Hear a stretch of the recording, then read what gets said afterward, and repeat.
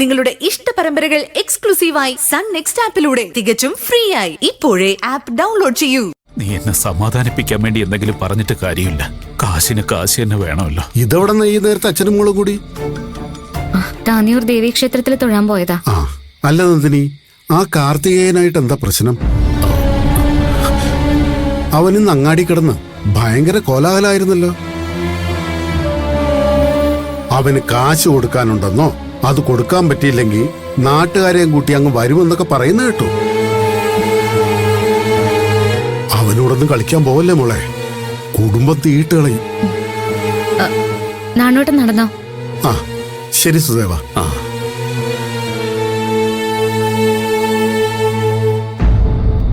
നാട്ടുകാര് കാർത്തികേയന്റെ വാക്കേ കേക്കൂ. ചതിച്ചു കളഞ്ഞല്ലോ മോളെ നമ്മളെ.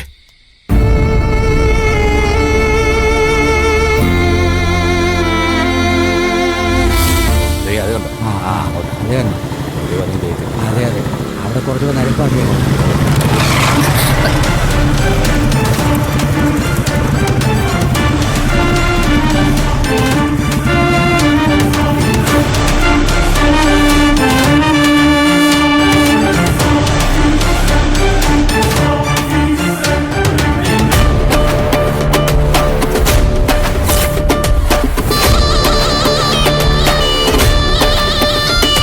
ന്യായം കാർത്തികൻ ചേട്ടന്റെ ഭാഗത്തല്ലേ? ഞാനോ മറ്റോ ആയിരുന്നെങ്കിലേ അച്ഛനെ മക്കളെ വച്ച് ഉറപ്പിക്കില്ലായിരുന്നു. അല്ലേലും എവക്ക് ഇത്തിരി അഹങ്കാരം കൂടുതലാ. കുടുംബം നോക്കുന്നതിന്റെ അഹങ്കാരം. നമ്മുടെ മക്കളും പണിയെടുക്കാൻ പോകുന്നില്ലേ? അവരാരും ഇങ്ങനെയുള്ള ധിക്കാരം കാണിക്കുന്നില്ലല്ലോ. നീ എന്താ വാ അടച്ചു വെച്ചേക്കുന്നേ? ഒന്നുകിൽ കാർത്തികേയ സാറിന്റെ കാശ് കൊടുക്ക്, അല്ലെങ്കിൽ പാതിരാത്രി തേങ്ങ വെട്ടി കൊടുത്തെടുത്തുനിന്ന് കാശ് വാങ്ങിക്ക്. നിങ്ങൾക്കാർക്കും എന്താ ഞാൻ പറയുന്ന മനസ്സിലാവാത്തെ? തേങ്ങ മോഷണം പോയത് ഞാനും എന്റെ വീട്ടുകാരും അറിയാത്ത കാര്യമാ. ആരെങ്കിലും എന്നെ വിശ്വസിക്കേ?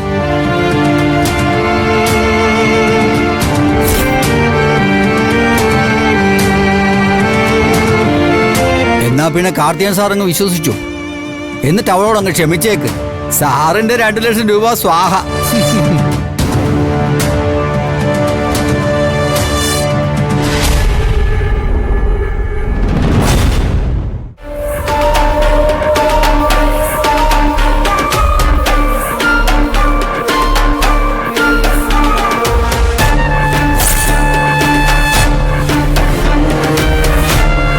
കാശിന്റെ കാര്യത്തിൽ മാത്രമല്ല, നിന്റെയും കുടുംബത്തിന്റെയും കാര്യത്തിലും ഒരു തീർപ്പുണ്ടാക്കാനാ എന്റെ തീരുമാനം. എന്തായാലും എന്നെ ചതിച്ചിട്ട് അച്ഛനും മക്കളും ഈ നാട്ടിൽ വേണ്ട. വിളിക്ക് കാർത്തികേയൻ സാറേ ഇവളുടെ മുതലാളിയെ. ആദ്യം ഇവളെയാണല്ലോ പിരിച്ചുവിടേണ്ടത്. അങ്ങനെ പിരിച്ചുവിട്ടാലും ഇവൾക്കൊന്നും ഒരു നഷ്ടവും വരത്തില്ലടാ. ഇത്രയും കാലം നോക്കി നടത്തിയതല്ലേ. അച്ഛനും മോളും കൂടി കട്ടും കൊള്ളയടിച്ചും കുറെ മാറ്റി വെച്ചിട്ടുണ്ടാവും അല്ലടി? കാർത്തികേയ സാറ് പറഞ്ഞത് നേരാ. നരേന്ദ്രന്റെ ജ്വല്ലറിയിലെ ഇവൾ ആവശ്യത്തിന് കാശ് കൊണ്ട് കൊടുക്കുന്നുണ്ട്. ഇഷ്ടംപോലെ സ്വർണ്ണവും എടുക്കുന്നുണ്ട്. കള്ളം പറയരുത്, കള്ളം പറയരുത്, കള്ളം പറയരുത്. ഞങ്ങൾക്ക് കിട്ടുന്നതിൽ നിന്നും മിച്ചം പിടിച്ച് എന്റെ അനിയത്തിമാർക്ക് വേണ്ടി ഞാൻ കൂട്ടിവെക്കുന്ന പൊന്നും തരിക. പടി അടച്ച് പിണ്ടം വെച്ച് ഇറങ്ങി പോകുന്നതിന് മുമ്പ് നീ എത്രയൊക്കെ സമ്പാദിച്ചിട്ടുണ്ട്, എവിടെയൊക്കെ കൊണ്ടുപോയി ഇട്ടിട്ടുണ്ടെന്ന് അന്വേഷിച്ചൊന്ന് അറിയട്ടെ. എന്നിട്ട് നിന്നെ വിടൂ. എന്നിട്ട് ഇവിടെ ഒരു ഘോഷയാത്രയുണ്ട്. പണ്ട് കാലത്ത് കള്ളന്മാരെ കൊണ്ടുപോകുന്ന കണ്ടിട്ടില്ലേ? ചെരുപ്പുമാലയിട്ട് നിന്റെ കുടുംബത്തിനെ തെരുവിലൂടെ നടത്തിക്കും. കേട്ടോടി? നിങ്ങൾക്ക് തരാന്ന് പറഞ്ഞ കാശ് ഞാൻ തരും.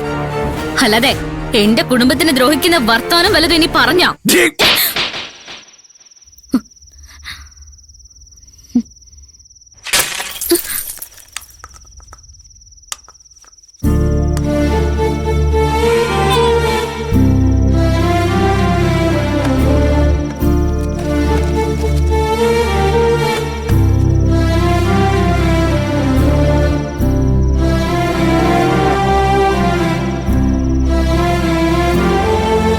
നന്ദിനി, ഇത് നന്ദിനി തന്നെ എനിക്ക് തന്ന കാശ.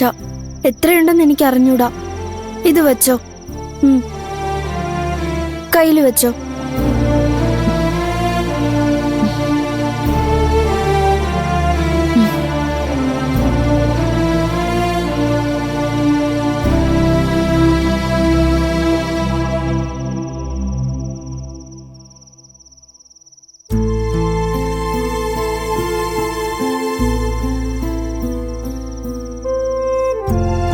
ചേച്ചി, ഇത് വിറ്റോ, കുറച്ചെങ്കിലും കിട്ടുമല്ലോ.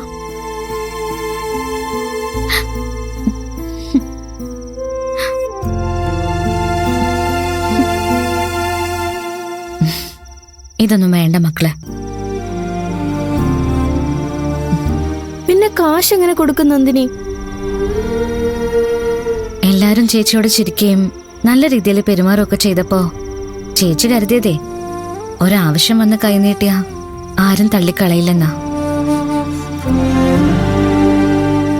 പക്ഷെ അത് തെറ്റിപ്പോയി.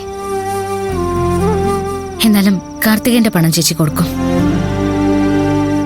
അതിനൊരു വഴിയുണ്ടാവും.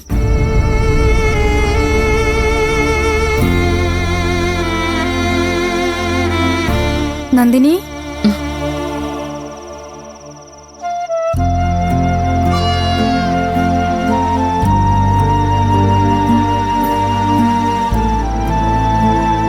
ഇതെന്താ എല്ലാരും ഇങ്ങനെ ഇരിക്കുന്നേ? ഒന്നുമില്ലടി, ഞങ്ങള് ചുമ്മാ. ഒന്നും ഇല്ലാതെയൊന്നുമല്ല. കാർത്തികേയന് കൊടുക്കാനുള്ള കാശിനെ കരുതിയല്ലേ ഈ കരച്ചില്? ഓ, നീയോ അറിഞ്ഞോ? ഞാൻ മാത്രമല്ലല്ലോ, നാട്ടുകാര് മുഴുവൻ ഇപ്പൊ ഇതല്ലേ പറയുന്നേ. കാർത്തികേയൻ തുനിഞ്ഞിറങ്ങിയിരിക്കാം മോളെ. രക്ഷപ്പെടാൻ സമ്മതിക്കില്ല. എന്റെ മോള് ഓടി ഓടി മടുത്തു. ഇവളുടെ കണ്ണു കലങ്ങിയ പിന്നെ ഞങ്ങൾക്ക് ആർക്കും പിടിച്ചു നിൽക്കാൻ പറ്റില്ല.